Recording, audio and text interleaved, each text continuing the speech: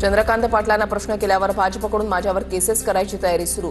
माझे प्रोजेक्ट बंद केले, कुटुंब रस्त्यावर कसं येईल हा प्रयत्न केला, धंगेकरांचे आरोप। गुंड पक्षाशी संबंधित असेल तर त्याचा विरोध केलाच पाहिजे। धंगेकरांनी गुंडाला विरोध केला, भाजपला विरोध केलेला नाही, सुधीर मुनगंटीवारांचं वक्तव्य।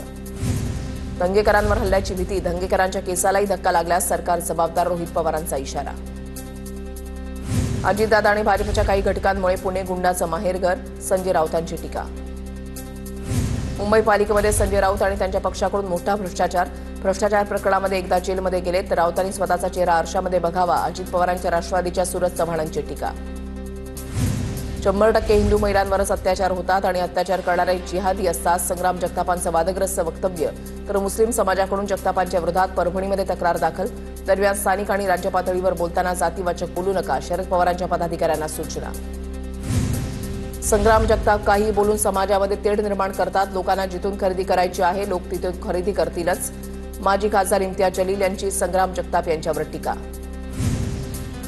जरांगे सरड्यासारखे 10 वेळा भूमिका बदलतात, कधी हैदराबाद गॅझेट तर कधी सरसकटची मागणी करतात, विजय वडेट्टीवार यांची जरांगेंवर टीका।